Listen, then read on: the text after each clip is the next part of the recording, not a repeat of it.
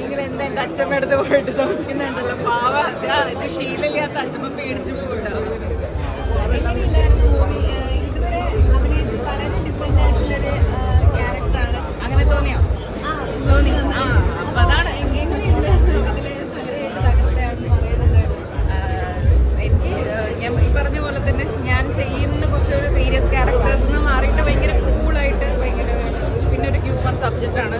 അപ്പോൾ അതെനിക്ക് കുറച്ചൊരു ഇങ്ങനെ വരും. ഞാൻ ഇതുവരെ അങ്ങനെ ഒരു കാര്യം ചെയ്തിട്ടില്ലാത്തതുകൊണ്ട് എനിക്കൊരു ടെൻഷൻ ഉണ്ടായിരുന്നു. പക്ഷേ സ്വപ്നം ഭയങ്കര ഹാപ്പിയാണ്. എല്ലാം നന്നായിട്ട് വന്നിട്ടുണ്ട്. സിനിമ കണ്ടു കഴിഞ്ഞപ്പോഴും ഭയങ്കര ഹാപ്പി ആയിട്ട് തോന്നി. കാരണം ഫാമിലി ആയിട്ടാണ് വന്നത്. എല്ലാവർക്കും ഭയങ്കര ഇഷ്ടപ്പെട്ടു. എനിക്ക് തോന്നുന്നു നിങ്ങൾ ഓൾറെഡി എൻ്റെ അച്ഛമ്മയുടെ റിവ്യൂ ഒക്കെ എടുത്ത് കഴിഞ്ഞു.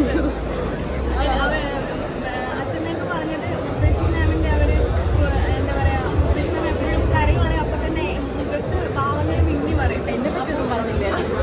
അതല്ല, അപ്പൊ ആ ഒരു കോമ്പിനേഷനൊക്കെ അഭിനയിച്ചത് എന്ത് തോന്നി? എല്ലാവരും ചേച്ചി ഞാൻ ഇതിന് മുമ്പും പറഞ്ഞിട്ടുണ്ട്. ചേച്ചി കരയുന്നൊക്കെ സീനിൽ മാറിയിരുന്ന ചേച്ചിനെ നോക്കി ഞാൻ മാറിയിരുന്ന കരയുന്നുണ്ടായിരുന്നു. അപ്പം അത്രയും നമുക്ക് അത്രയും പുള്ളിലേക്ക് വിഷമം തോന്നുന്ന രീതിയിലായിരുന്നു ചേച്ചിയുടെ.